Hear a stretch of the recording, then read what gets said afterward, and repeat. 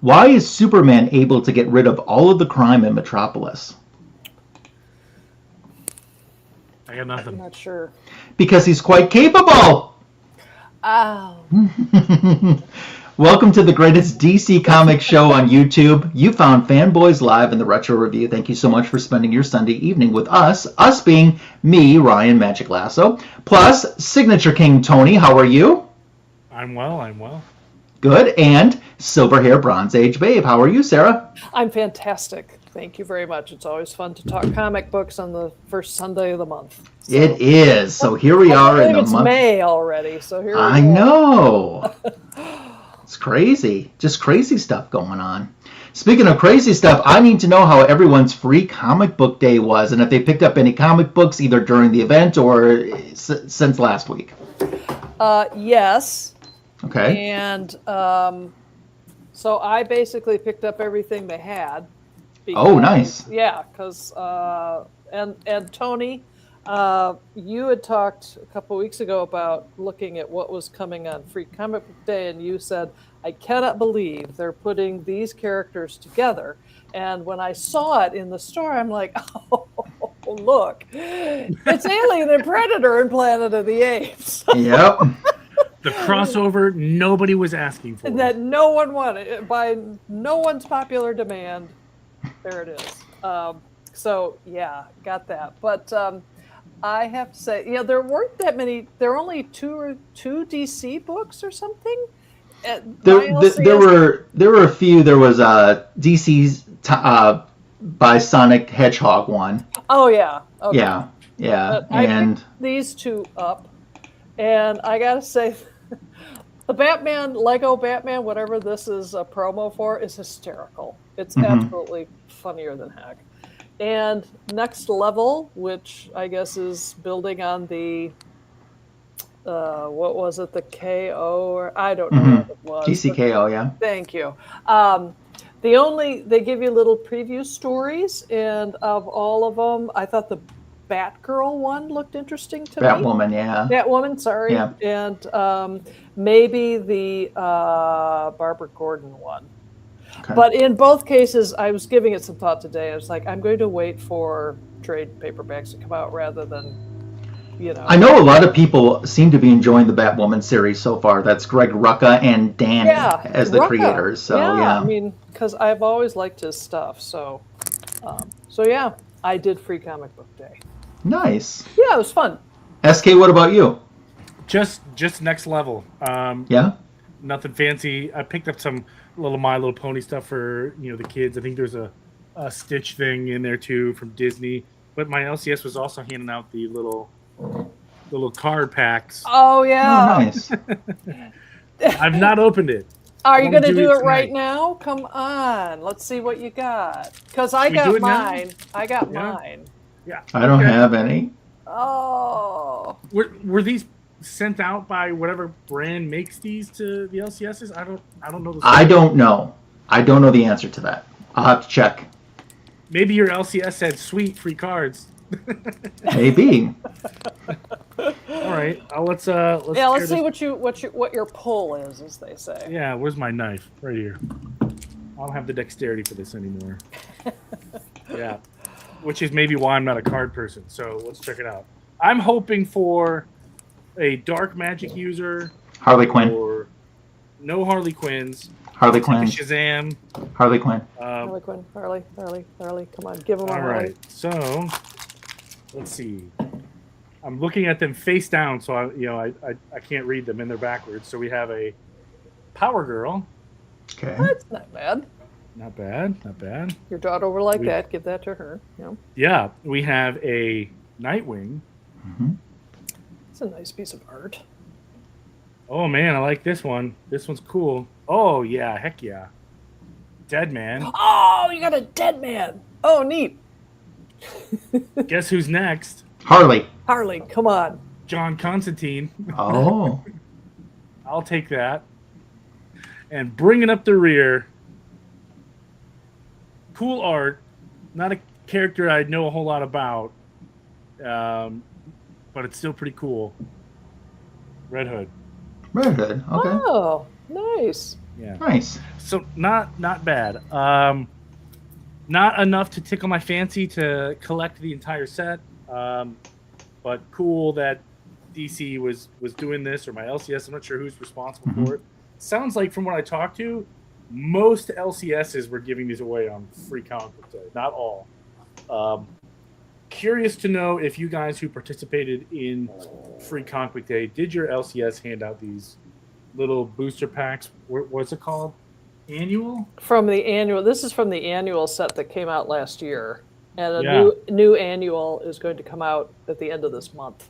Okay. Yeah. Well, now that we got Old Wolf here, he's a big Boston brand guy. Yeah, look at that. And Wolfie. I was just going to say that has his name all over it. Mm-hmm. Yep. No, it doesn't. It says Dead Man.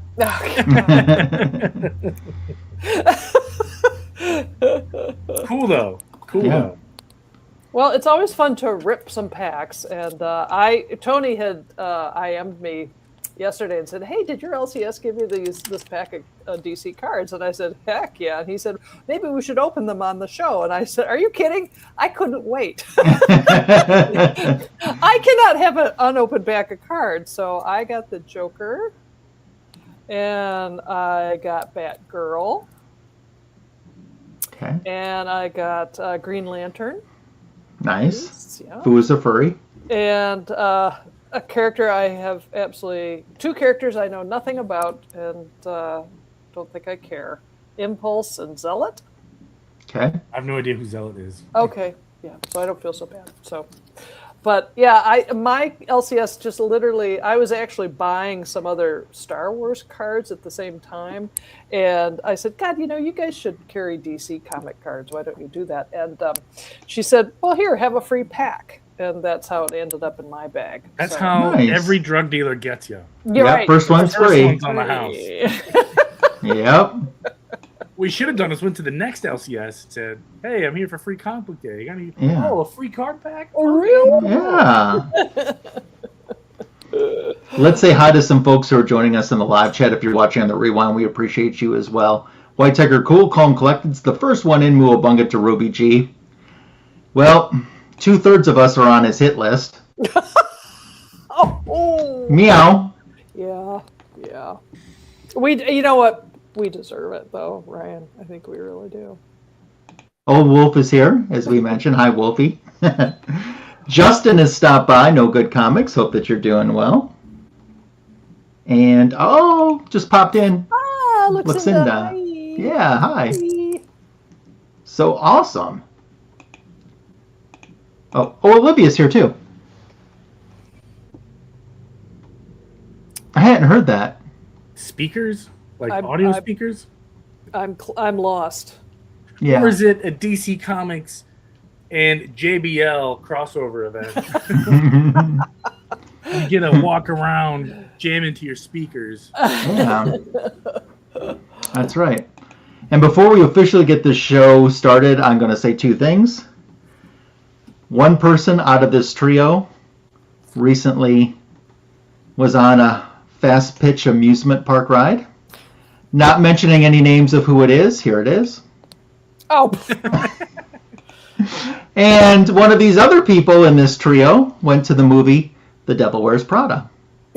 2. Remember, it's a sequel. It's a sequel. Yeah. I had, Nike sneakers. Oh, that makes more sense, Olivia. Okay, I get it. Sneakers. Oh, yeah, speakers and sneakers. Yeah. Darn autocorrect. I still, that kind of makes a JBL speaker that's DC branded. I kind of could get behind that. Yeah. Shoes, I could care less. Yeah. The devil and No Good Comics says the Devil Wear Prada 2 is good. I'm sure it is. Can I just say how sick I am of the marketing campaign and every it's all over. I was like, it was on the front page of the New York Times arts section this morning, and I got a big red marker and just wrote, "Stop! Oh no! Stop already! I'll go see your movie, but stop talking." I actually went and saw it too. I've seen it already, so. Yeah. I'm sure it's charming and lovely, and who's going to say no to it, but...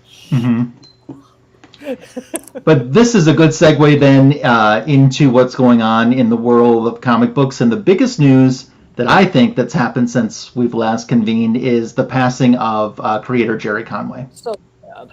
So Yes. sad. Yep. So from what I understood was he passed away Monday. This is really not a surprise to a lot of people. I guess late last year, he sent an email to many people in the comic book community telling them of his diagnosis of stage 4 pancreatic cancer. And this was 3 years after his initial diagnosis. So he was kind of making sure that they knew and was starting to say goodbye to people then. And apparently he ended his email by saying, in the words of Captain Spaulding, "Hello, I must be going." So, but man, the comic books would not be the same without Jerry Conway in it. And Signature King, you participated in his very final public signing. You sent something in, right? I did, and I'm glad that I did. It seems like as these legends age, they announce they're doing one more signing, and that's the only time I'm able to catch them. Mm-hmm. I did it with George Perez, I did it with Jerry Conway, and both of those people I never had the opportunity to meet. So I'm catching them, unfortunately, at the very end. Yeah. And it's sad. It really is. But just goes to show that, all good things unfortunately do end. So. But the art and the stories live on. So they do. The stories live on. Yep. Yeah. If there's any, comic book related lesson I could get in here is, you never know when that next artist or writer it's gonna be their last time. Yeah. And that'll be it. And you'll never get that little piece of history because, they unfortunately aren't around anymore. RIP for sure. Yeah.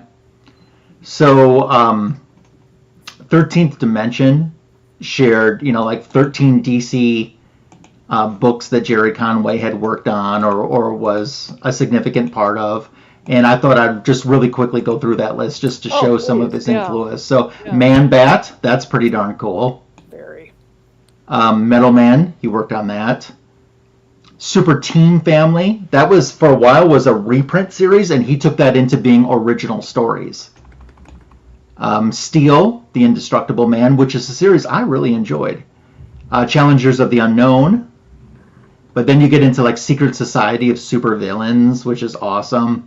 Hercules Unbound is some more. But probably one of his big things is creating Firestorm, the Nuclear Man. That's pretty awesome. He was a part of Justice League of America as a writer. All-Star Comics during their Bronze Age revival. He wrote the Superman versus Wonder Woman, Treasury. If he had done nothing at all, in my mind, that's it. My favorite piece. Yep. And he did the Superman versus Shazam. Yep. That's awesome. Oh, he did that. And Superman versus Spider-Man, the first one. So those are just a small sampling of some of the work that he's done for DC Comics. Yeah, he collaborated with Roy Thomas many, many times. Yeah. Yeah. So, SK, what do you have for news? DC kind of let us know last few days ago why the Lanterns trailer was taken offline. Okay.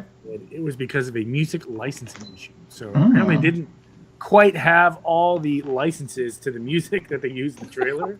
Oops. They got slapped with a YouTube strike. Now they know how it feels. Yeah. And that was kind of funny. It just goes to show that they're also not immune to the silliness of it. But he also did confirm an August 16th premiere date on HBO Max. So, okay. I guess it's going to be one episode per week, not just like a Netflix. Okay. So here's the entire season at once. Enjoy. Which I love it when they do that because I'll watch the entire season in one night. But that's pretty funny. Yes. I heard in news that DC is looking at 2 shelved Lobo projects to possibly publish for the first time ever. One of those is Frank Quietly and Alan Grant's Lobo one-shot that they abandoned in the mid-1990s Frank Quietly says DC has asked about the old pages and wants a plan to have them redrawn, to redraw the story and print both versions. And I guess that it got cut because there was an explicit Hugh Hefner parody in it. There was some nudity and, quote, an outrageous climax. So I don't know what that means. So Alan Grant has said another Lost Lobo story called Lobo's Dog has DC's expressed some interest in publishing that as well. Yeah. I don't know anything about Lobo other than Jason Momoa is going to play him, and he is big and hairy. Yeah. Is he a good guy or a bad guy? He's like an anti-hero, right, Tony? Okay. Is that what you'd say? In the middle. Yeah. All right. He's the main man. That's his thing. I'm the main man. Hunts bounty, so he's actually just chasing the money. Yeah. Okay. All right.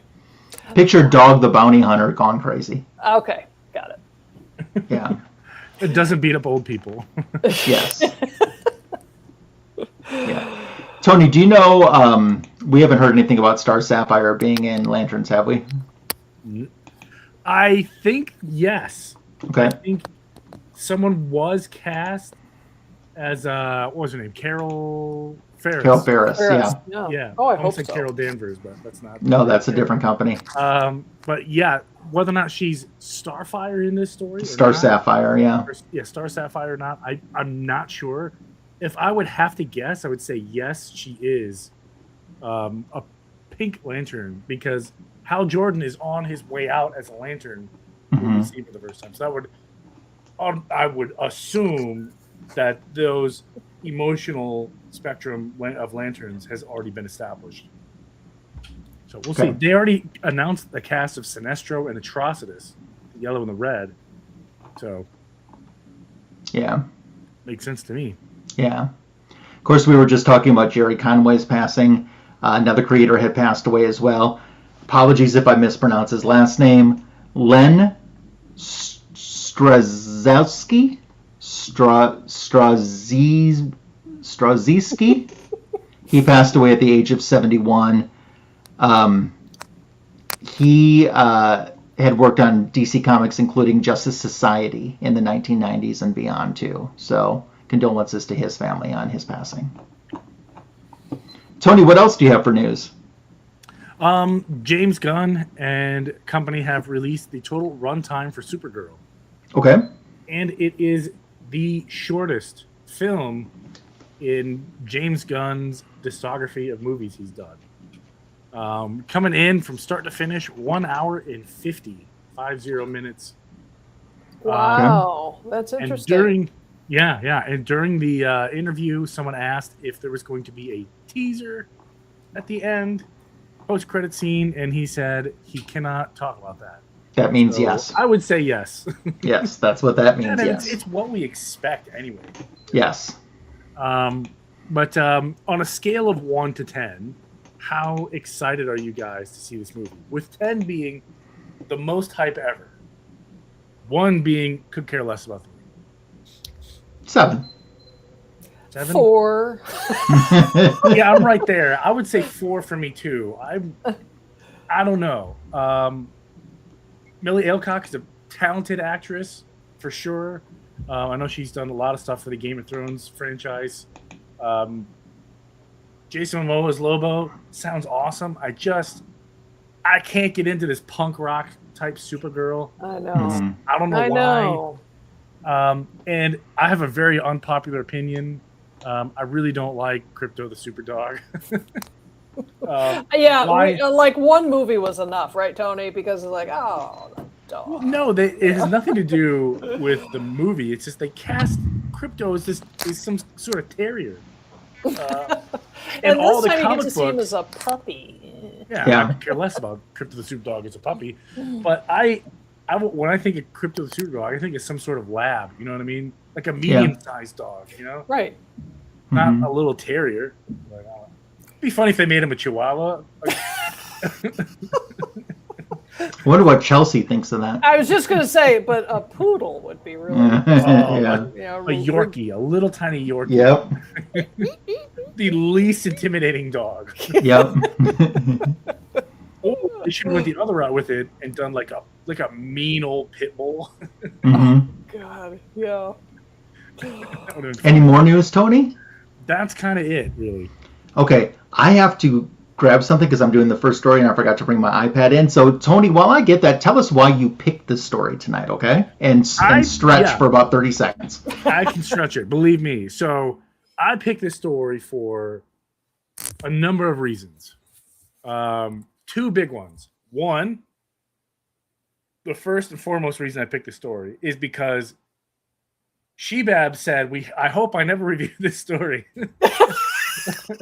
And I forget the reason why you didn't want to do it. I don't recall. All I know is I didn't want to do it because of the art. I don't like the art. And it made me go back and look at it, and I was like, oh yeah, the art is awful. Awful. It is really bad. I completely agree with you. The art in here is it's atrocious. painful. But this was very popular in the 90s. This era of comic books, it fit right in where they tried to be like they tried to modernize their comics and also look very futuristic. And this is the hot soup garbage they poured out on the paper. But man, that hair. I have things to say about it. We'll get there. We'll get to that. We'll get there. But yeah, I agree. This was terrible. It's probably a god-awful story. I've never read it until today. And I think we're going to have the same opinion at the end of the show about this story. Okay, you want to pull up the assist and we'll get started? Yeah. So it's called Metropolis S.C.U. It's a 4-issue mini. And I'm going to take issue number 1. We do have a pretty decent cover, I thought, though. Lots of colors in it, and I think that's the best cover of the bunch. Yeah, I kind of think so too. Yeah. And this is where the art stops being good. Right. And now, but then you open the book. Yes. Sawyer's Blues is where we start, and Maggie Sawyer's on a full-page splash. We're moving in closer. Who is she talking to? She is talking to the Metropolis Fire Department, clear the area. And they're talking about this beam of light. It wasn't natural. And they're asking, what does this mean? They're saying these witnesses say it was just like this burst came from the sky. It was pure energy from outer space, one says. I swear I saw a space, and it's cut out before he can say ship. And they want to know colors, and Lois Lane has appeared on the scene. Of course, she's got to get her story. And as she's trying to find out what exactly is going on, the room! We have an exploding boxcar, which takes everyone a little bit by shock, and bullets start flying out. So the Special Crimes Unit S.C.U. of Metropolis are under attack, and they're just bewildered a little bit on what is going on here. How could someone start an inferno like that, and they're firing at us, and Lois is taking pictures for this because Jimmy isn't around. And they're trying to warn her, you have to stay out of the way or you're going to get hit. And we got a karoom! And another boxcar is up in flames. And all of a sudden, Shelley gets hit. Shelley's a member of the Metropolis S.C.U. And obviously that's upsetting. We got the railroad, the boxcar on the train tracks. They're trying to put the fire out. And they get closer. They get in there. But these bullets were being fired out, but there's no one inside the boxcar. So what the heck is going on? They go over to check on Shelley, and Shelley has passed away. So Lois is still snapping pictures, and they're in just utter grief. So Lois is now talking, it seems to be like the next day, at the Daily Planet. She's talking how witnesses say it was a red beam of light that started this fire. SCU was called in case it was extraterrestrial.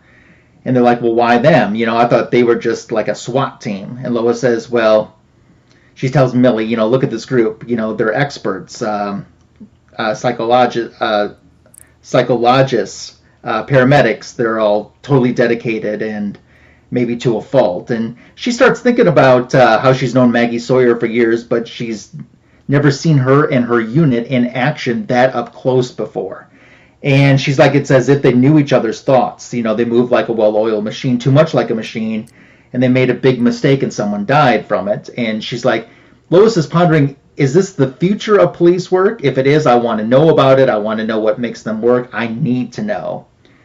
You know, was this an overzealous commander, or was it just misinterpreting the situation? So the police department is reading the article that Lois Lane wrote, and they're not quite happy with it because quoted in there is, either way, a young police officer is dead, and this reporter wants to know why. So they're taking some offense to Lois's article. And they're talking about, you know, well, she's always been so overzealous. And some other people are like, you know, Maggie Sawyer is they know she's a friend of Lois's, and they say, hey, she practically accuses you of causing Shelley's death. And she's like, hey, she's asking tough questions about what happened yesterday, and that's just her doing her job. And they say, yeah, but, you know, she doesn't say much about Shelley here, and no one will know what Shelley was like. And they're like, that Jace is saying that. And another guy in the unit says, I felt the same way when Buckenmeister Fuller died. And they're like, huh? And they're like, well, he was this premier physicist of our time. However, upon his death, he wasn't given the credit that he should have gotten. And they're kind of like, you know, what the heck are you talking about? And everyone's kind of getting frustrated with each other. And they're like, Shelley's dead. What does that have to do with some dead scientist that nobody's heard of? And they're trying to, one of them steps in to try to cool the tensions down a little bit, deflate the situation. Maggie comes in and she's like, we're not going to let this article or anything else divide us. Our job now is to go and honor Shelley, so let's go. And the guy says, next time I see Lois Lane, I'm going to give her a piece of my, and then walks in Lois Lane. And he's like, excuse me, Miss Lane, I must be leaving. And Lois asked to talk to Maggie, and she's like, Lois, I don't have time to talk to you. We're on our way to Shelley's funeral. She's like, well, I'm going too. Do you mind if I ride along? And as they do, Maggie's telling her, this isn't an interview, you know. And Lois says, Maggie, I thought you'd want to answer some of the questions that I asked in my article. And she's like, I don't have time for speculation. And Lois is like, but the public needs to know, and they want to know. It's only fair to them. And they're like, knock it off, Lois, you know. There was another explosion yesterday in Kentucky, a coal reserve, the same MO from a red beam from outer space. Something is going on here, and we don't know what it is, so we don't know how to stop it. You know, the feds have been called in, and I'm having to deal with their bull. And what can the FBI do to help? Nothing. They just get in my way. And so Maggie is just so super frustrated, and she's like, and that's why I don't want to give you an interview. You know, with you, it's always an interview. This. And Lois is like, well, I just care about my job. And Maggie's like, you're really something, Lois. And then she's like, if you care about your job, write something nice about Shelley. She cared about her job, too, which was my favorite line in this entire book. So we get a nice story on Shelley, you know, farewell to a fallen comrade. And Maggie is talking to her partner about this article. And they're saying, you know, maybe I'll have to contact Lois and see if she wants to do another piece on me. And Maggie is told, you know, maybe you should do this by her partner, you know, just take a shot at it. And she's kind of like, what? And she's like, I'm a writer. I'll write an article refuting Lois's accusations about you. So Toby is her partner. And she says, Toby, we made this deal, remember? You won't use me to get info for your stories, and I won't use you to get my views into the press. And she's like, but I want to defend you. This is something different. It hurts me that you're being attacked. And she's like, well, I appreciate that, but I don't want to set a precedent. And she's like, well, I really need to go talk to my team, you know, about these explosions that are going on. You know, I'm going to leave. I'm going to be gone for a while. Not realizing that that date, October 21st, is Toby's birthday. So she's totally blowing her off on her birthday. Yeah. Yep. So in prison, someone's reading this article, damn him. At the same time, Maggie Sawyer is damn him. And Commissioner Henderson hasn't even heard the entire idea yet. I'm sorry, that's Lois. The art is not the best in determining who is who in this book. I'm glad I'm not the only one. Sorry about that. That is Lois who's saying damn you, because Lois has this idea I need to become part of, the Metropolis S.C.U. And they're like, Lois, you can't do that. And even Clark is like, I don't think Perry's going to let you do this. And she's like, well, I'll become a member of the Special Crimes Unit, and I can write the best story the paper's ever heard. And Clark is like, well, Maggie's never going to say yes to this. And she says, your friend Maggie wouldn't be so stubborn unless she had something to hide. So those two are bickering, and Perry says, well, it is an interesting idea, but the commissioner's never going to agree to this as long as Maggie says no. And Lois is like, if you think that's going to stop me, then, we'll talk about this later. And Clark, I'll talk to you about this later, too. And Perry says to Clark, she's not going to give up on this. And he's like, there goes the weekend. So Superman goes and speaks to Maggie to offer his condolences about her coworker Shelley. And he kind of says to her, what if there had been someone inside your unit or anything, First he says, I couldn't have known that there was no one inside the car. You reacted the way anyone would under heavy fire. What if there had been someone inside of that car? Who would have been lost then? And she says, who's doing this? How? I've been racking my brain trying to come up with a suspect. And he's like, I'm taking a look around the skies, but there's nothing unusual up there. It's just satellites and space junk. And he's like, let me know if I can help in your investigation. She's like, thanks. And he's like, oh, by the way, is it true that you might allow Lois Lane to join the S.C.U.? And she's like, what?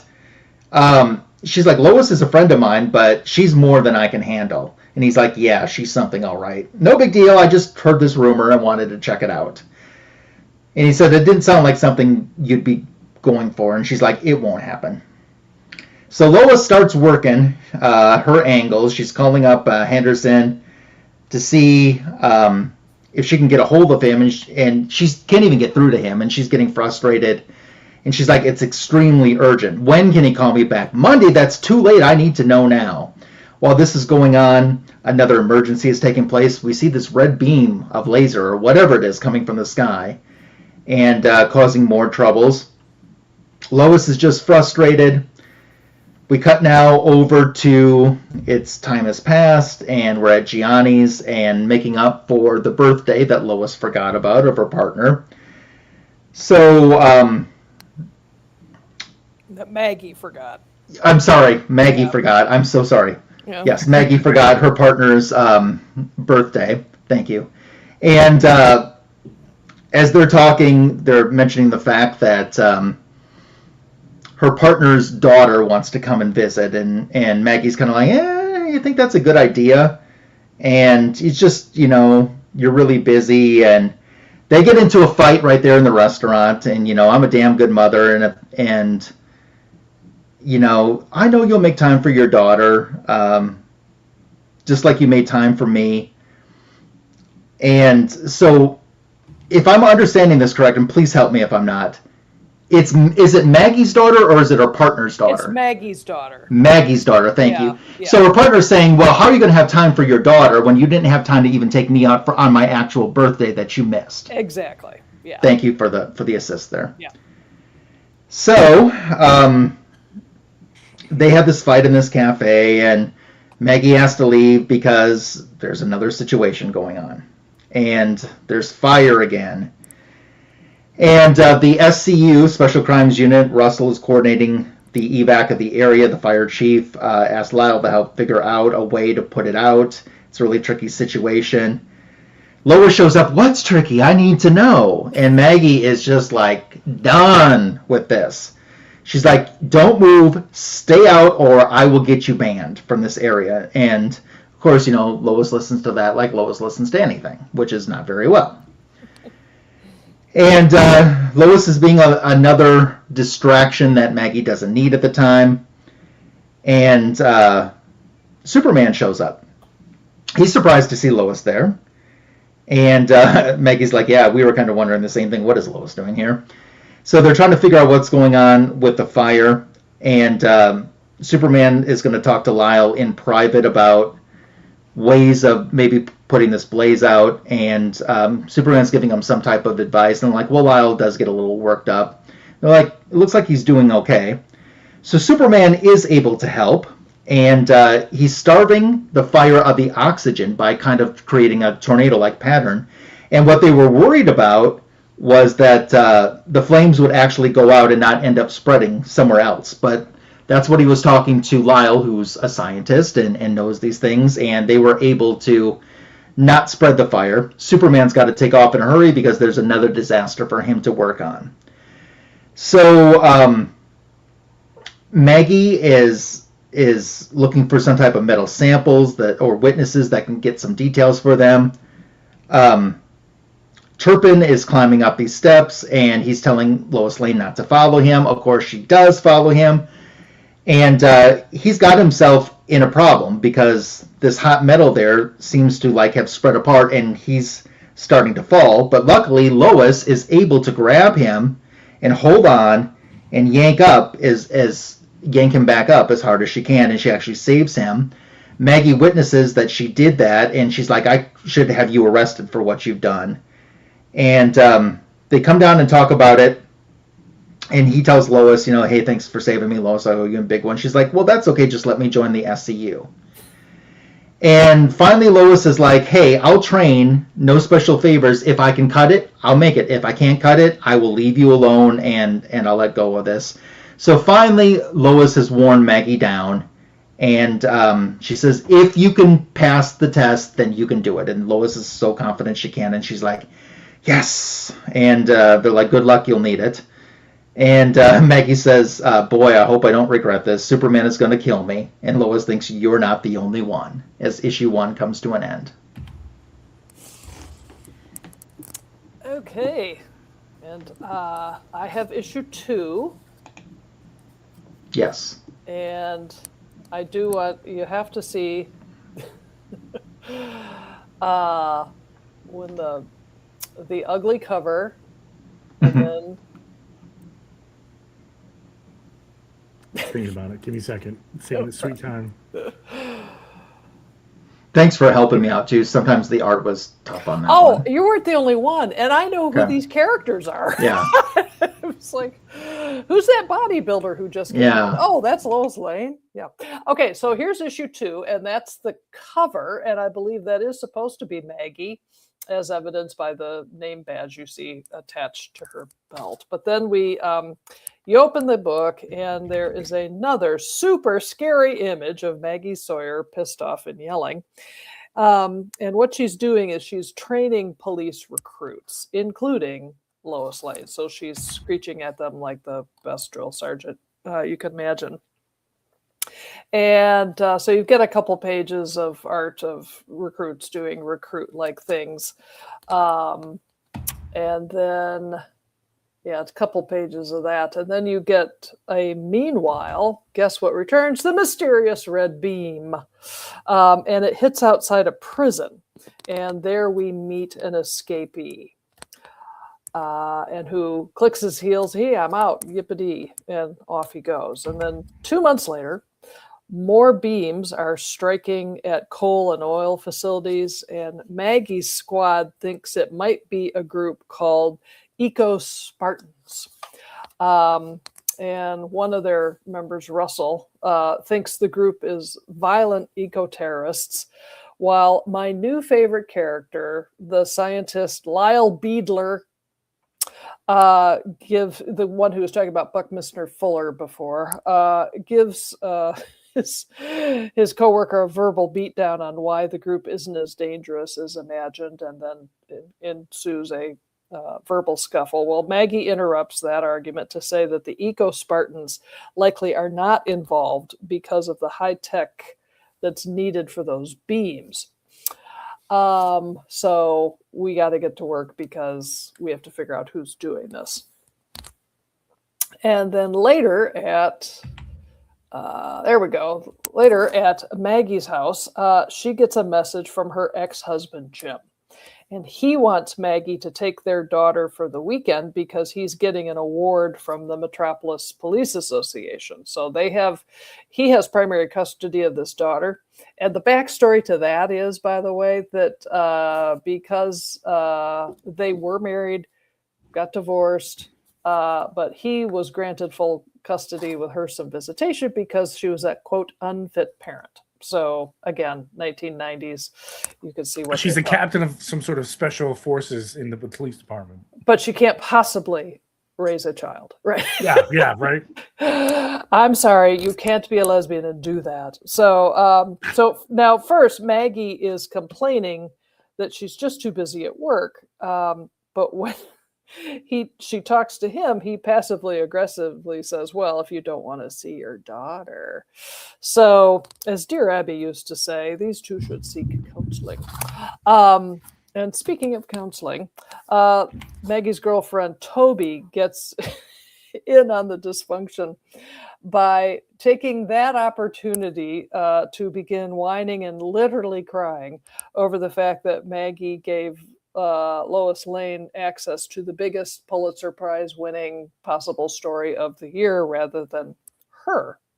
So Maggie has had enough the warm, loving embrace of her family at this point, and so she responds by storming out of the house and not saying a word. Again, everyone needs to seek counseling in this family, but that's just me.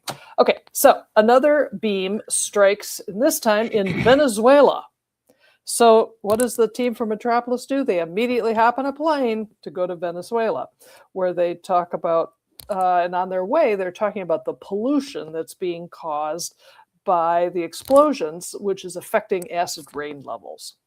So when they get to South America, the locals tell them that a white man wearing a cowboy hat was seen in the area, and he laughed and kicked up his heels as the beam hit. And the gang then think they know who it is, even though this unnamed person is supposed to be in jail. So while they're coming back from Venezuela, there we go. And again, I had to look twice. Oh, is that Lois? Yes, I guess that's Lois. Lois is on the beat as a rookie cop, and she's with another new recruit by the name of Dylan. So Dylan, and their supervisor, O'Boyle.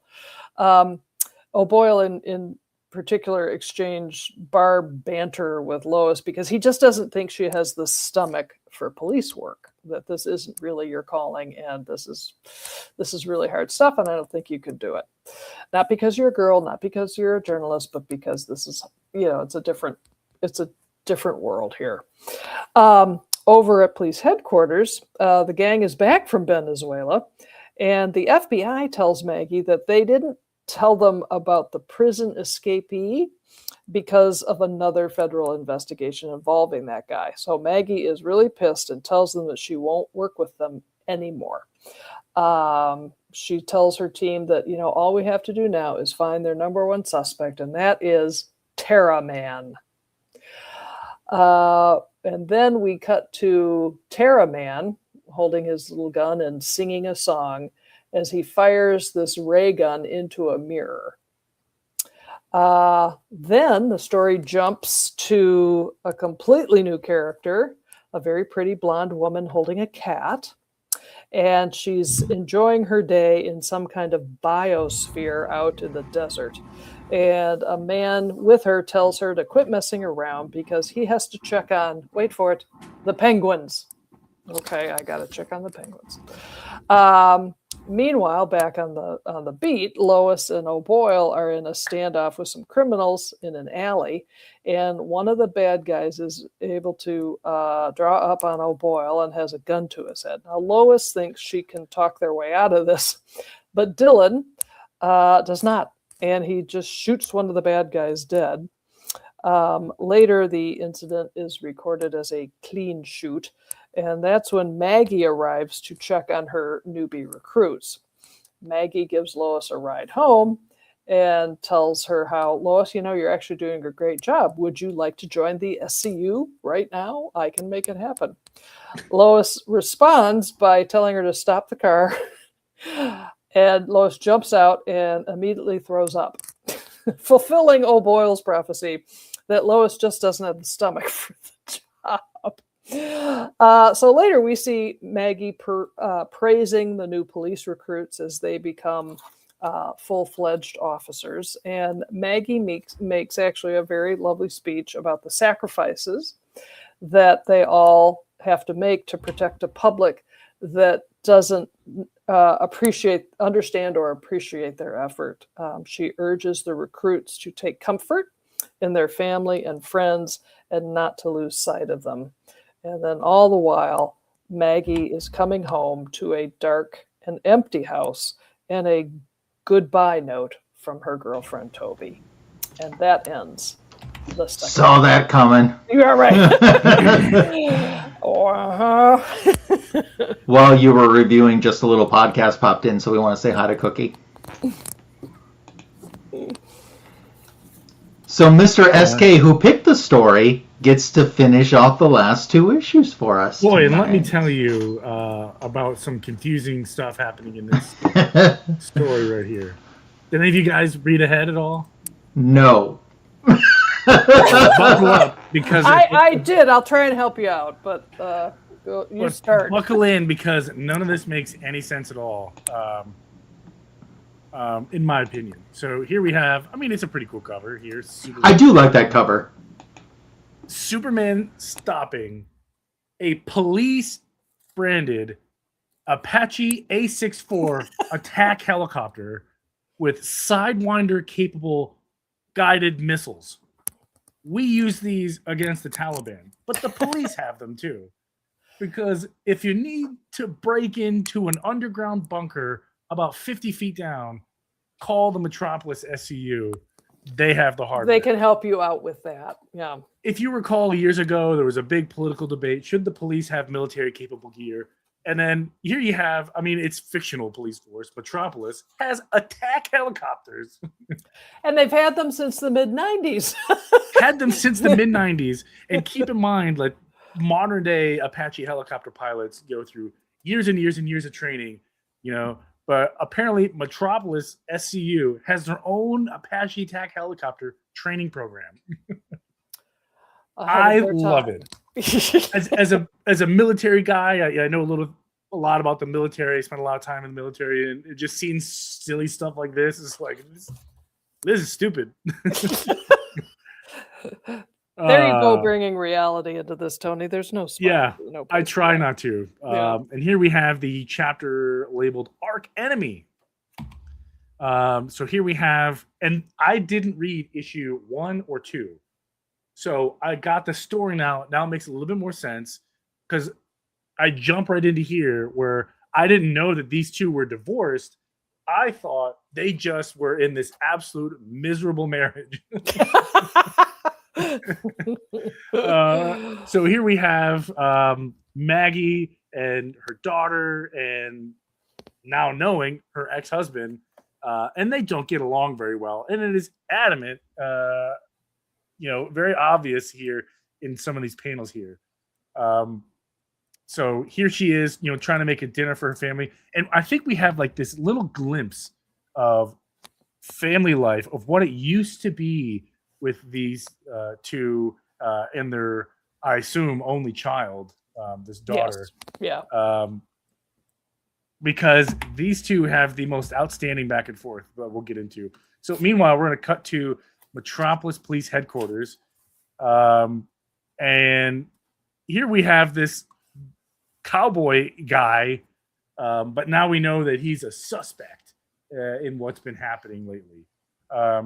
And they wrote him as the most stereotypical Southern white guy possible, with his mispronunciations of words and his twang. I tried to read it with his twang, and for some reason, like, I couldn't stop reading it like a terrible Matthew McConaughey in my head. I don't know why. Exactly. But yeah. So they just let this criminal just like hang out at the police station. He's not cuffed. Like, he's suspect number 1 for countless people dying, pollution being pumped into the earth, acid rain, all these nasty terror attacks. And he's just chilling, which I thought was funny. So they're interrogating him, and my page isn't turning. There it is. He even has like the bolo tie on. Like, come on, man. God. And he's he's not really giving him anything, and then Maggie goes hands-on, of course, like all great detectives do. Here we cut to Superman, who's on the latest terror attack, which looked to be an oil rig out in the middle of the ocean. So he's saving the oil rig workers. We cut back to Maggie and her family, and what's her Tabby? Toby, her girlfriend Toby, who comes Toby. home and sees the ex-husband and the daughter, and the daughter's like, "Oh, it's so great to see you again." Yep, she's excited to see Toby. Toby probably less excited to see the ex-husband, and the ex-husband probably is going to return that favor. And she just says, "I'm here to get a few things," and he says that she says, "Pretend I'm not here," and he's like, "I could definitely do that." We see Superman on TV creating a giant tornado to put out these fires on this giant oil rig, and he's still saving people. We cut to a new terror attack that's apparently a used tire lot, like this big giant 40-acre field that's nothing but used tires. That itself is great for the environment. So Maggie, not Maggie, it is Maggie, I'm sorry. Maggie and the ex-husband are talking about how things used to be. But here we have Superman, who is talking to the suspect, trying to gather some information. And they got this little tiny clue, and it's a word that I can't pronounce. Not that it's bad, I'm just an idiot. We cut to our biome people, and every time we go to like a biome scene, I think of that stupid movie in the 90s called Biome that had Pauly Shore in it. Oh, God, yeah. Yep. The weasel. And they've created like not only like their own ecosystem, but they have like all these animals and stuff. They got tigers, elephants, all kinds of birds and stuff like that.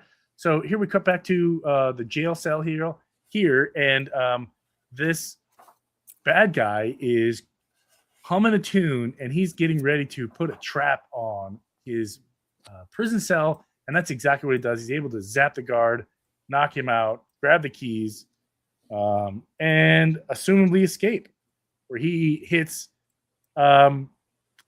this guy who's in every issue, but I don't think we know his name. At least not in my two issues. I don't think he gets a name.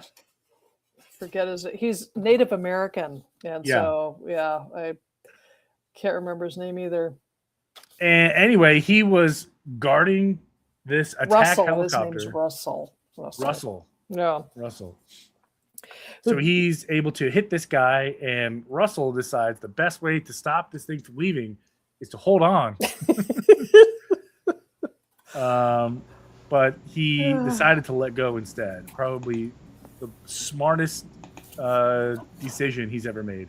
Russell's last name is Russell Tenclouds. Yes. Okay. Mr. Tenclouds. But yeah, he runs into Superman, and so he immediately decides just shoot Superman, right? Because that's worked every single time in comic book history, that you can just shoot him. So, and I thought this was really funny. Superman, to stop him, grabs the rotor blades of the helicopter to stop them from spinning, which spins the helicopter on the bottom. I would have just barfed. But he jumps out and is caught again. Clearly dizzy from his little adventure on the helicopter. So we cut to here, and the police are asking him, and this is where the story gets interesting, where he's talking about the guy who's behind everything. His name's Dr. Brazil, and he was a professor of the guy, the criminal they caught back when he was in graduate school, and he was always about like saving the planet and animals, and people were the problem. And this is the word we learn here. I don't know how you pronounce this. People who are smarter than me, how do you pronounce this word here? I was just in my brain, Chimchaga. That's what I would have said. What I was thinking, Chimchaga. Yeah. And why is he drawing Nightwing's logo? I thought that too. I thought I was gonna maybe tie in. It was gonna lead off to another tangent, but we never got that. So he's talking about this ancient legend of Chamchaga and what it meant, and it was this Native American, Southeast American, and Latin American legend of a protector of some kind, and the wings of this legendary bird would like protect the earth. But he had a disagreement with the school and was fired. And here he is. He's drawing a picture of this Kimchaga. But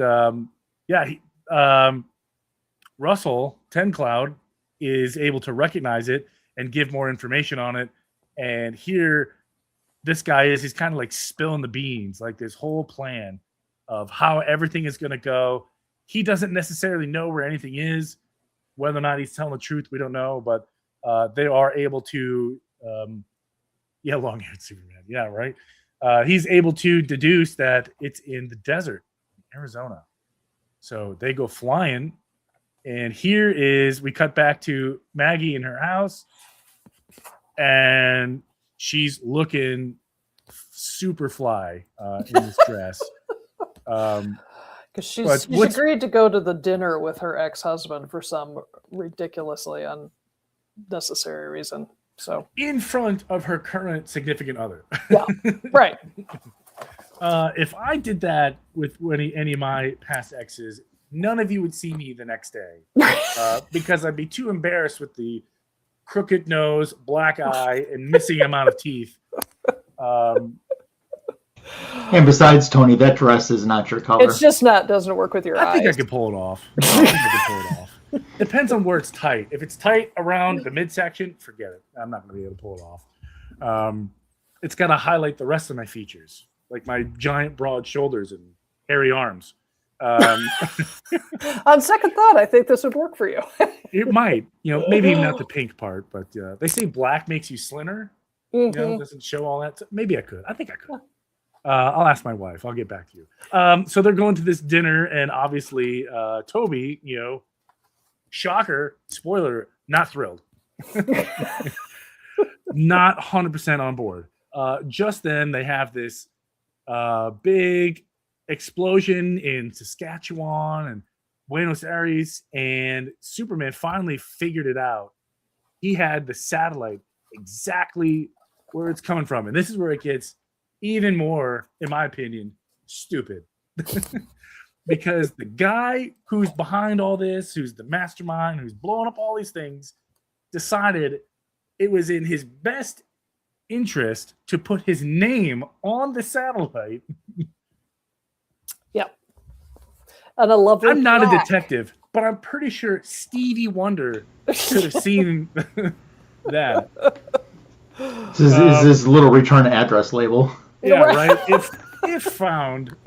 Yeah. Find me in my geodesic dome in the desert. What this doctor is supposed to be some sort of humanitarian, but actually it's the opposite. He thinks humanity is the problem. They're killing the planet. They're making animals go extinct. They're, causing global warming, all that fun stuff. So in the middle of the ball here, they're giving this big to James, Captain James of the Policeman of the Year award. It comes over across, and she's able to figure out that, hey, they figured out where these people are. Let me get on the first plane there, to bust the criminals. And this is the end of issue 3. So let me pull up issue 4 here, and this is the last issue of this entire story.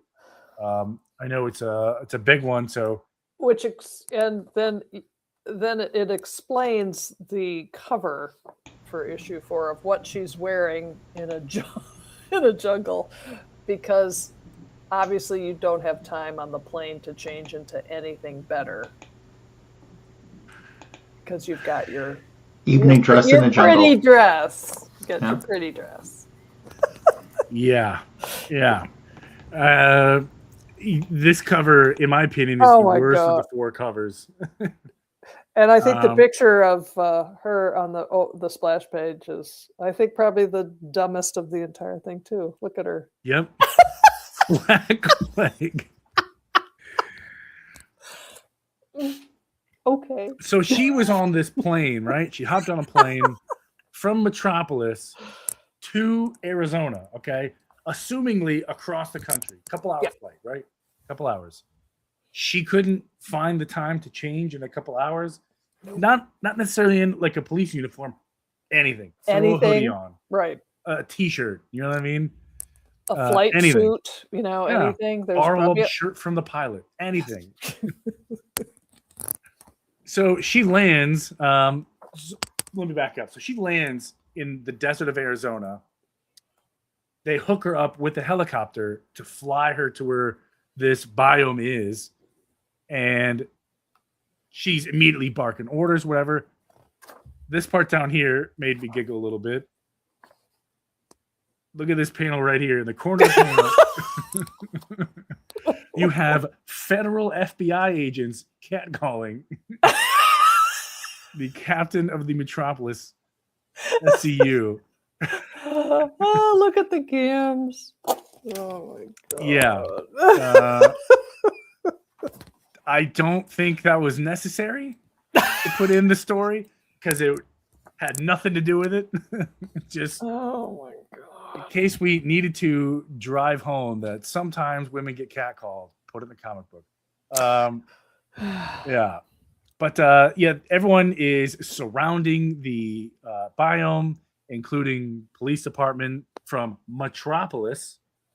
You know, they have jurisdiction apparently in Arizona. You know, I'm not a policeman, never done any police work, but I assume the New York Police Department can't come in and kick my door and arrest me. Who knows? Maybe they can. I don't know. But they're being watched by the people inside of the biome. And as the police officers are able to surround the place, here we have she keeps a gun strapped to her thigh. And only now does she return take her high heels That off. means when she was at the police ball or award ceremony or whatever it was, she went in strapped. She went in heavy.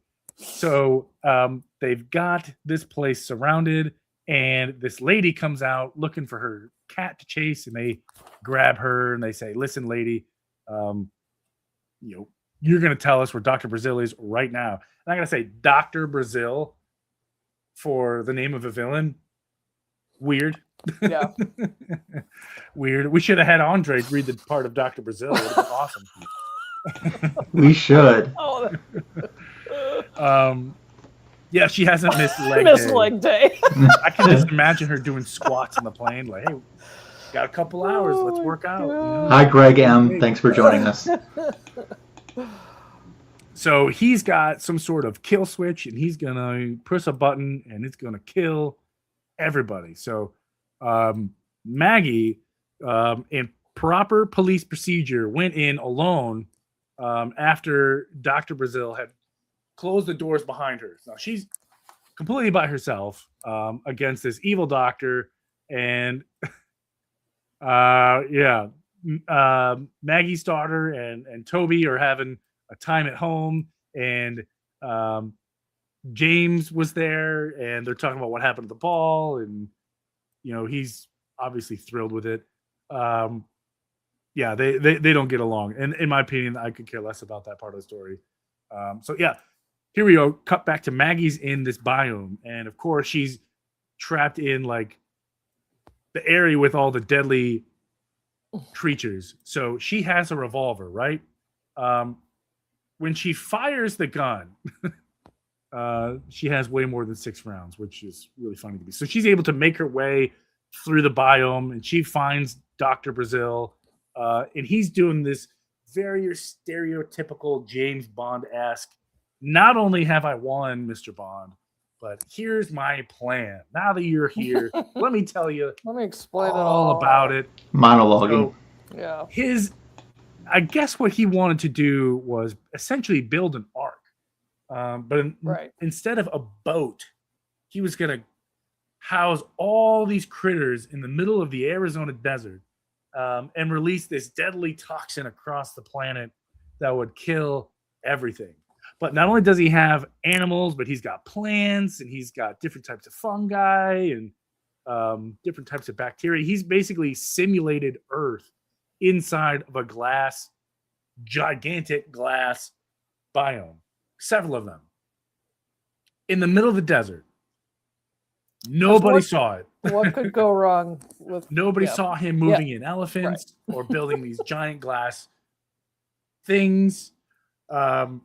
Nobody saw him. All right, I'll go with it. So the police are trying to make their way in. It's not working. So finally, Maggie pulls a gun on him and said, "Listen, pal, it's over. You're done. You're cooked.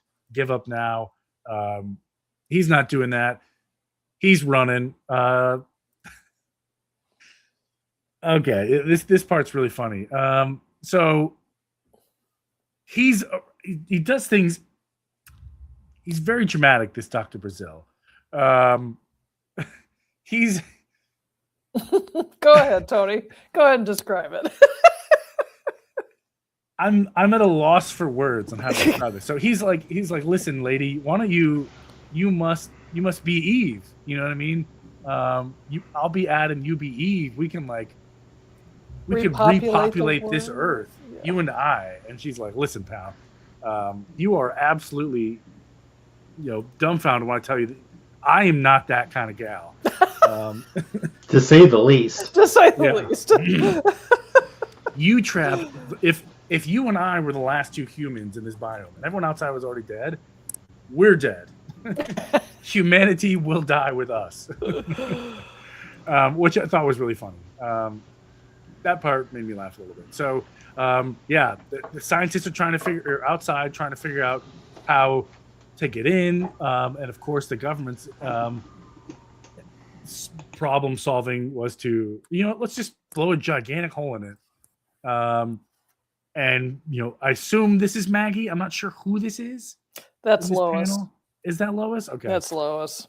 Superman, where are you? Louis, I almost said Lois. Lois says, as Superman, where are you? And inside the biome, a big scuffle ensues. Maggie should have just shot this fool and been done with it, in my opinion. But alas, she lets him get the better of her, and he smacks her across the face with a giant rock. So she's incapacitated. Of course, there's a crocodile coming, and she's able to shoot the crocodile or somewhere around the crocodile. I'm not sure, because the crocodile looks like it's alive to me. I don't know. I don't know what she was shooting at, but whatever. She was after Dr. Brazil, and he's getting ready to shoot the panel or hit the panel. She shoots him. He shoots her, and the payload is armed. He's ready to hit the delivery button on this thing, and she's trying to stop him. It's not working out so well. There's a big explosion inside the biome. He's upset because his whole plane is ruined.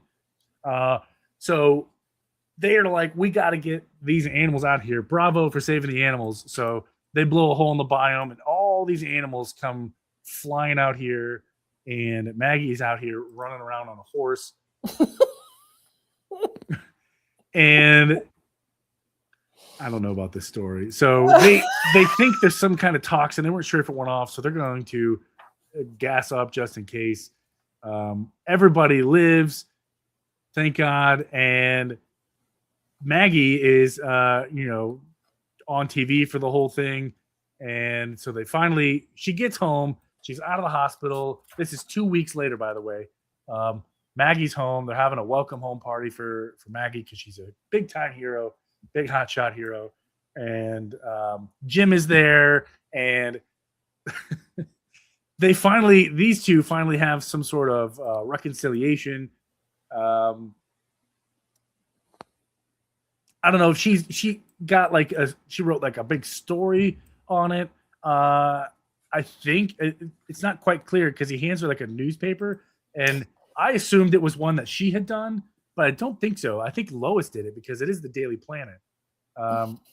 and I think that Toby works somewhere else. Maybe she works at Yeah, she works at a competing newspaper. So you're right. It's like her Toby's big moment with Jim is like, here, do you want me to hand you a newspaper of an article I didn't write? And he's like, yeah. Like, oh, it's all better now. Yeah, right. We're good. But yeah, I would imagine that if a normal human being went through a third of that, they'd be in the need of some counseling here, but apparently not. But Maggie is pretty distraught. And, here we have them embracing. Looks like they're kind of making up. And that's the end. Yeah, it hurts my eyes. Yeah. Not only did it hurt my eyes to read, it hurt your brain, didn't it? It hurt my brain to try to comprehend who is what character. Sometimes they don't really clarify. A lot of the story didn't make sense. But if I could give this a score out of 1 out of 10, I'm going to give it a 2. I'm going to give it a 2. Yeah, it's tough because I think it's an issue too long. You know what I mean? A lot of this could have been compressed. It's about 2 issues too long. Yeah. And I think the artwork the artwork is so unpleasant that it makes it really difficult. And when you've got a cast of characters that are this broad and you're bouncing back and forth through time and or location, you've got to be really clear, Yeah. And so, I think the story I thought was, if I could shake off the bad art and the padding that goes with a story like this, it's not bad. Eco-terrorism, it was a big deal in the 90s, with Greenpeace and the fact that this is the first time a comic book series starring a lesbian character ever happened, and it was a big deal. It was this, and remember, this is 3 years before Ellen DeGeneres was on Time magazine saying, "Yep, I'm gay." So I think you got to give DC. DC was ahead of their time. Totally, and the other thing that makes this a special little piece in the LGBT comic book canon or any canon is that actually the couple ended up together and happy. Usually in stories like this, if they're gay people, well, you have to suffer. And so they did, I thought, a good job of showing the conflict between Maggie and Toby and how again, seek counseling, but also the reaction that the couple got from the ex-husband and how painful that whole family dynamic was. So it got solved kind of easily, but from one perspective, it's like, oh, it's just such a relief to see gay people have a happy ending. So it was a big deal. And I agree with you, Tony, on in the best Bond villain way, I have to explain everything I've done and why I'm doing it. And so, but I'll go through that. I wish the art were better. I swear to God, if the art was better, this would be a more interesting piece. I felt the characters were on point, though. Yeah. Like Lois is that determined as she was. And Maggie seemed like the Maggie that I know, a little bit of a workaholic at the cost of other relationships in her life. Yep. It's just the artwork. When I look at something, I can't tell if it's Maggie or if it's Lois or if it's somebody else, or that I should be able to look and just know. Exactly. Yeah. Yeah. But one thing I got to point out is the Metropolis S.C.U. themselves. Now, this is going to sound a little different. So back then, DC and I would imagine all comic book publishers were doing the same thing. They were trying to be hip and cool and whatever. Look at some of those hairstyles. Good. Oh my God! Like, what were they thinking? You have like the big Superman, not quite a mullet. And it's funny, there's a scene where you saw like the silhouette of Superman and his hair is just waving in the wind. Yeah. His chest is so big that you could put a billboard ad on it, you know? Yeah, right. Anytime I see like 90s Superman, he's got that long hair. I'm just like, the 90s he's got to were be tough. in a shampoo commercial. Right. God. Well, thank you, Tony, for picking that one out, I think. I apologize, everybody. I actually, you know what? I was glad to revisit it. I actually was. And my favorite, I thought you picked it because of Lyle Beedler. One of my new favorite characters. Right. Lyle Beedler. Baxter Stockman of the DC Universe. He's the tech guy before they had before they had computers. Like, let's look it up. It's like, no, it's Lyle Beedler. I forget what issue it was. Yeah. You see him turn his head to the side. You see how thick his glasses were. They're basically bulletproof. Nice. Oh, God. It was the same for Superman the Animated Series. Yeah. Okay. So that was Metropolis S.C.U. Thank you. I think I picked up this entire run for $2. Is it like so 50 cents a book? Yeah, 50 cents a book. That's, And Shabab already had it in our collection. So yeah, I've got this in my collection too, and it is I'm the odd one out. I only got it because I didn't know what it was. Yeah. Yeah, you don't need it. You don't need it. I got it. Now I know what to stay away from. Yeah. And I was at some local antique store in Storm Lake, Iowa, and I got it. Nice. And I asked the stoner, like, "Hey, did you read this?" And he's like, No. I was like, okay. Yeah. Well, I only got it because I was my women in comics. Oh, that fits perfectly well in your in that niche there. Yeah, exactly. So I had to have it for the Shabab Women in Comics library. Yeah. And, it is in its own way a kind of groundbreaking book for the time. Sure, absolutely it was. It's just like you said, if the artwork was better, I think the entire thing would get lifted up. Totally.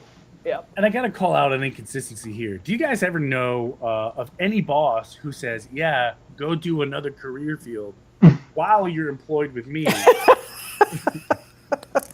Double dipping that you're paycheck. not working here, but go work over there to see if it might help you. Yeah, it might help you in your career with me.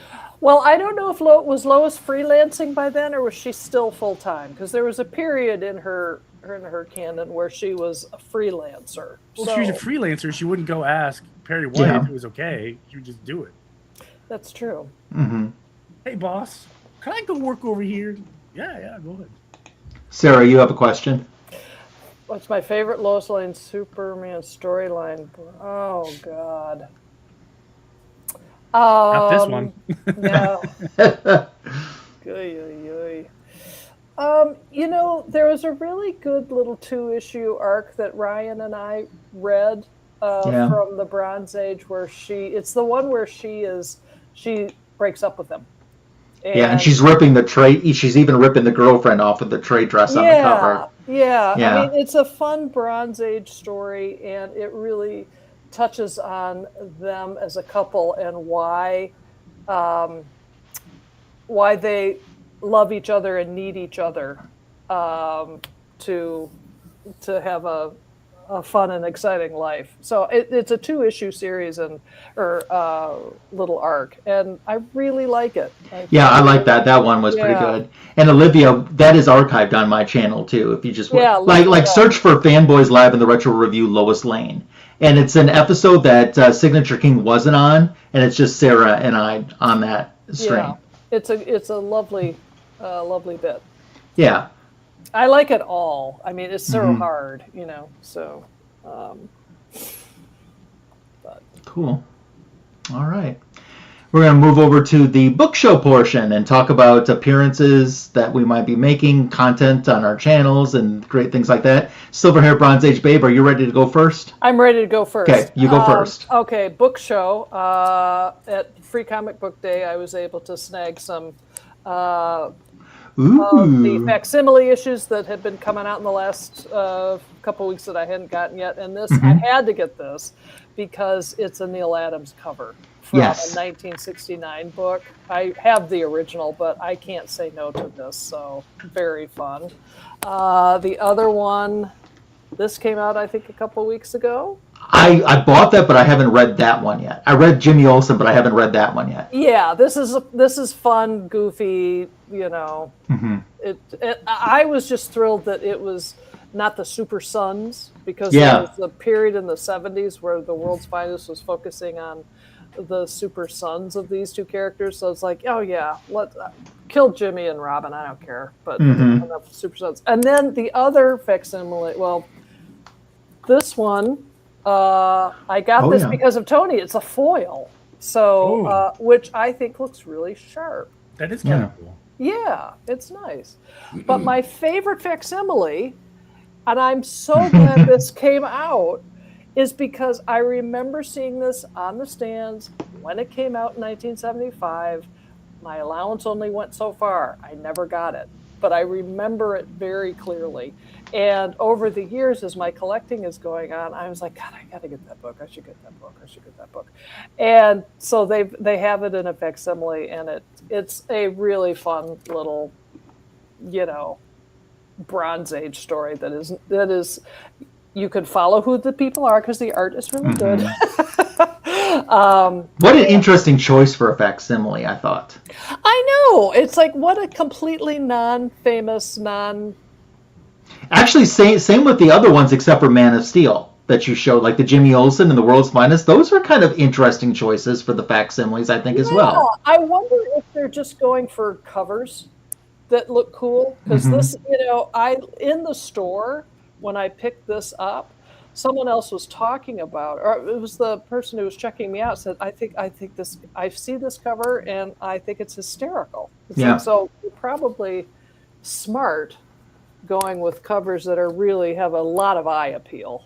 Yeah. So, and finally, covers with eye appeal. Speaking of Lois Lane, I finally got, I think this finishes off my collection of Neil Adams signed Lois Lane covers by Neil Adams. Wow. The Continuity Studios folks, I tuned into one of their shows a couple weeks ago, and they're like, "Oh, we're so glad you're here."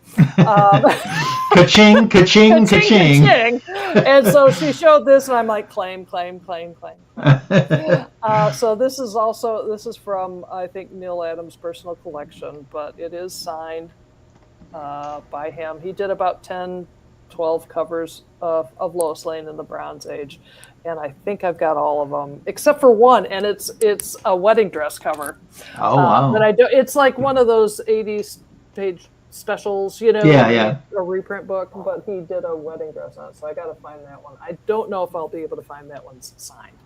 But I love this. I've always loved it. Witch on Wheels. What number is that one? This is number 83. 83. Okay. 83. So. Cool. And on my channel, I don't know, Jackson, if you're still here, but on midnight tonight, oh boy, there is a video that is dropping on my channel, and I'll just say it's titled, and I had to write it down so I could tell Jackson this, I Make a Diorama. So there's a video of this. And Jackson, you are mentioned prominently in this video. So please tune in and do let me know. After you regain consciousness, please let me know what you think of the video. And remember, we love you. We love you. And JRK, what have I done to you? To you. Oh, okay. My God. So before we move on to Tony for the book show, The Signature King, Olivia is asking if anyone picked up Batman and Wonder Woman Truth. Olivia, I picked it up, but I didn't get mine till yesterday, because if I waited till yesterday, I got a discount on it. So I'm planning on reading mine tonight, but I've heard it is good. Did either one of you pick one up? I did. Okay. So that's what I'm planning to read tonight before bed, is that. So Mr. Signature King, what's going on in your kingdom? How many subscribers? 29,000? Only 17,000. Only. Oh. Yeah. Okay. So I've It's gotta run be- into. Oh, it's funny because I say, I've run into this wall. You say that every week. That is And then terrible. it'll go flat and then just explode again for no reason. Like I don't know. I wish Tony I gets knew. more subscribers by not putting out content I do. than anyone Totally. else gets by putting out content. It makes no sense. Well, the last- Tony's like, you better keep this going or I'll put a video out. I'll do it. I'll do it. The last video I put out was last month. Well, maybe not quite a month ago. It was a short, and it stayed at like 700 views, which is to me quite a bit for like 2 or 3 days. And then I woke up one morning and it was at 27,000 overnight. Oh my god. So I don't understand what YouTube is doing because it'll be dead flat, not a single view for days and days and days, and then take off like a rocket. And that's where all those subscribers come in. So I haven't the slightest idea how to keep doing that. I wish I knew how to keep doing that. I don't even know what I'm doing. I didn't change anything. It's still the same low-hanging fruit it's always been. But I think that's a great segue, talking about Batman One Room in Truth, because I picked up the cool foil. Nice. Ooh, Tony, that's the one I got too. I got that one. I also didn't realize I had pre-ordered the A. I think this is the A cover. No, that's the B. The B cover. The A is the same as your foil, just non-foil. Oh, gotcha. But hey, I've got 2 covers. Yeah. And there's a chance of meeting Jim Lee this fall. So Cool. Cool. We'll get him to do that since he's the artist in the book. We were talking earlier about Jerry Conway passing. And the book that I went and got signed Oh, wow. was Firestorm the Nuclear Man. It was previously signed by Al Milgrom, Oh wow. but now I have Jerry Conway on here as well. Nice. Yeah. So Good for you. I think it was Lasso that pointed it out that this signing was happening. Because Yeah. I never would have known. So thank you, sir. They had a send-in opportunity if you couldn't make it. Yeah, because I think it was out in California. I think. Was it? Oh, I thought it was East Coast, but I thought it was like Connecticut. But maybe I'm wrong. I don't know where it was. Okay. But it looks good, and Yeah. this is the only Jerry Conway signature I have in my collection, and I'm glad it's on the book like this. But, First appearance on a character he created. That's amazing. I think it's very appropriate too. Yeah. So I will take it. I do have some stuff out on my channel. It's edited, it's shot, it's filmed, it's ready to go. You'll never I just see don't it. know. I don't know how I'm gonna push it out there. I want to do something different with it. I don't know how I want to do or what I want to do that's different because I filmed it and I'm not happy with it because it's unique, it's different, and it's the AOK that Lasso sent me. I think I'm gonna refilm it just because of how I presented it. I think I could have done a better job of explaining it, and I forgot to talk about something else that was in the AOK. I mentioned it briefly, and I'm very grateful that I have it. I don't want to talk about it more, so I think I'm gonna have to redo it. Take 2. Whatever. Yeah. Apparently, With your Yeah. millions of followers don't care if you don't post Yeah, they're- anything right away. That's my problem, and people have told me this many times. I'm not satisfied with something until we're like 7th or 8th draft into it. Okay. That's just who I am. Drives my wife absolutely bonkers. Because I'll mow the front yard and be like, I missed this strip here. Oh, geez. I could have missed a strip somewhere else. Let me just redo the whole thing real quick, just in Lord. case. It would drive you crazy to have you watch me make one of my videos. Funk. I think this might drive him crazy watching you make this diorama if it's the diorama I think it is. I think it will. Let's just say I show off the lack of editing prowess that I have.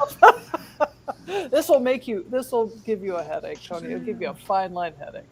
So there you go. Yeah. So funny story this week. I'm gonna tell all of you. It was really funny. I got these really cool shirts in. They're Hawaiian Superman and DC Comics themed Hawaiian shirts, and I wore it with purpose. Every year I have to do this annual meeting, and it is absolutely dumb and stupid. It makes no sense. They pull everyone in that IT department in, so there's no one to help anybody. And it's supposed to be a customer service training. So now we're not providing any customer service training. But yeah, that's a whole other issue.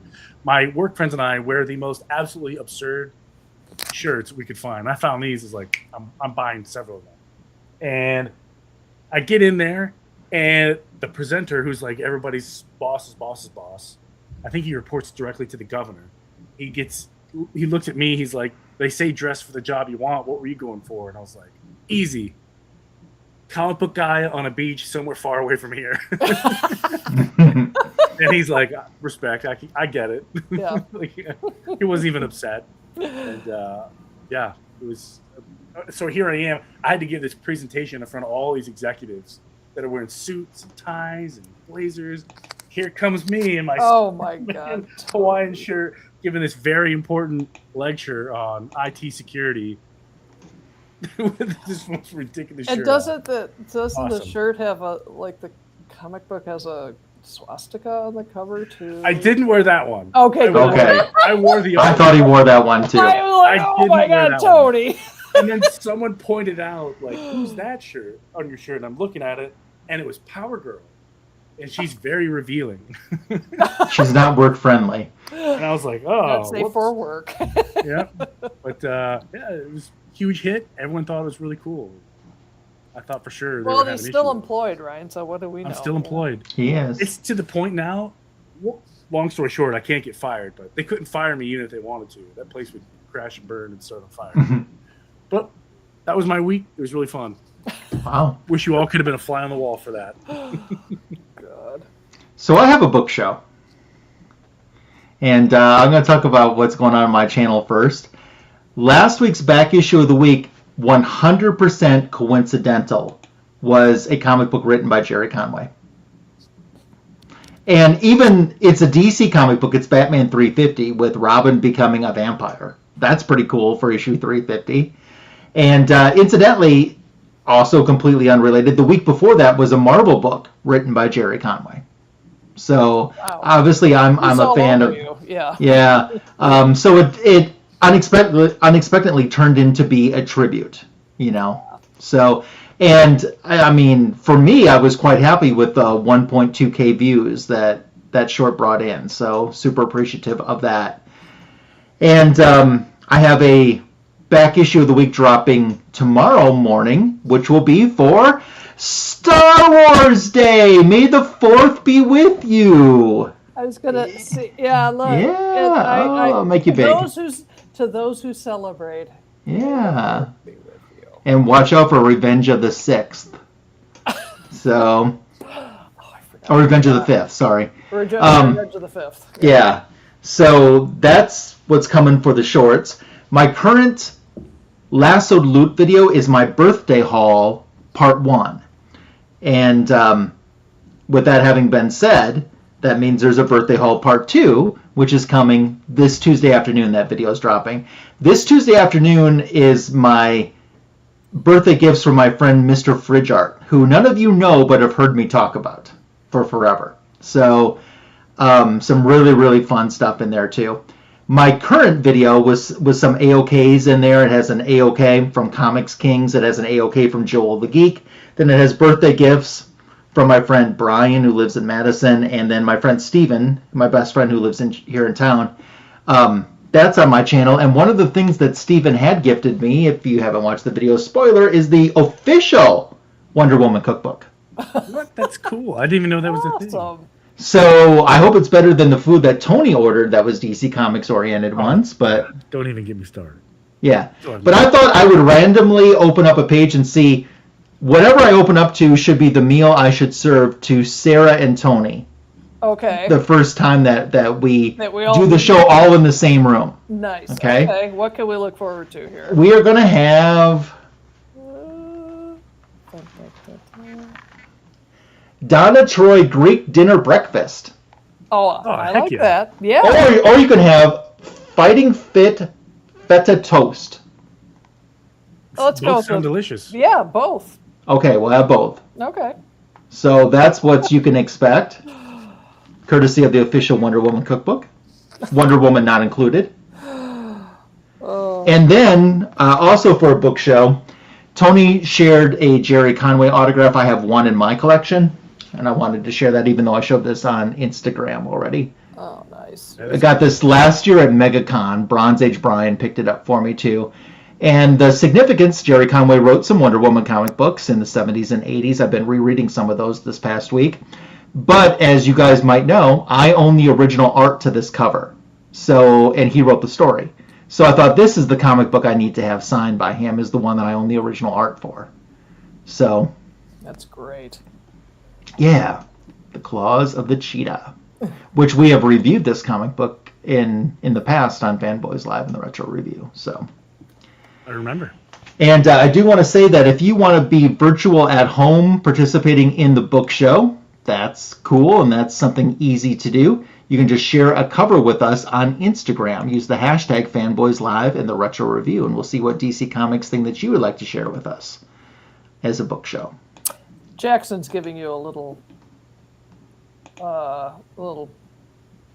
He's trying to shove you into. Oh, my shorts, yeah. Yeah. Okay. Yeah, you know, I drop those videos on Monday morning, so people enjoy when I drop my shorts.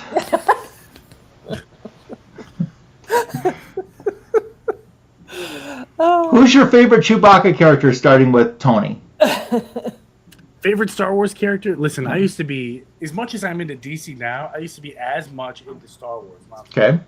I had all the action figures, collected the comic books, loved the movies. My friends and I created a Star Wars club. I mean, we were like hardcore into it. And I was really into Boba Fett. Back when nobody cared about Boba Fett. He was this character that was in it for like maybe total like 3 minutes in the entire trilogy. I thought he was really cool. And then Disney came in. It's like they took a trash bag into my room and just started going all the stuff in here. I was heartbroken, and now I could care less about Star Wars at all. I don't see any movies. Don't care when people say, "Look at this cool Star Wars thing." Whatever. Shabab, favorite character? I really like the characters that are probably the most Disneyfied. If you are I like Porg, you know, the little Porgs. I like Maz Kanata. I like. There's a character in one of them called the Caretaker, who's like, she's like a nun who takes care of Luke Skywalker on this deserted island. And I do. Leia is probably my favorite of the OG characters, and my new favorite character from the new stuff is Mon Mothma, the son who says many Bothans died. And so her backstory is told in that series Andor, and I really, really like that character a lot. So. I think my favorite character, I like Leia a lot. But I think my favorite character, I won't say the name, but I'll give you a hint, okay?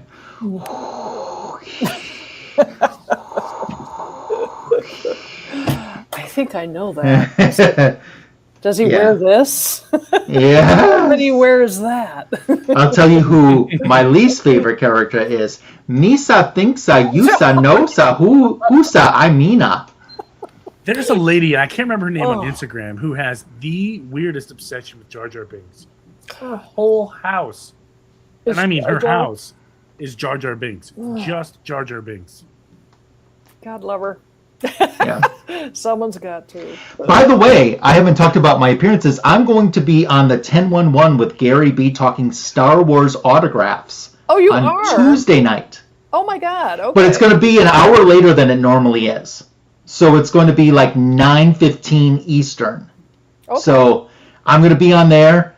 And then I'm doing a stream, I think, this week with, I think it's this week. I think it's on Thursday. I'm doing a stream that I'm excited for, talking about some of my favorite Wonder Woman covers throughout the years.